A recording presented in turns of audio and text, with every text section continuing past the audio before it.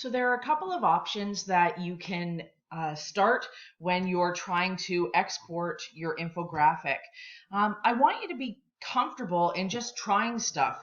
Uh, don't be afraid to click on something. So it saves it automatically and you can't get rid of it. You'll always be logged in.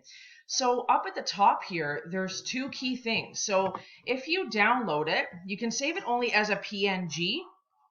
I would actually increase my level to medium just to increase the quality so that if you expand it, that it's not quite as pixelated. I can download this to my computer so that it's actually downloaded. The other option that I have, and when you have your PNG, so it'll open like this, I would actually cut and paste that so I could save, make a copy, and I would paste that into a Google Doc. So I would save it to my computer and then insert the image, because it's not a file, it's an image, insert it into a Google Doc and then submit that Google Doc. The other option that you have is to click the shareable link.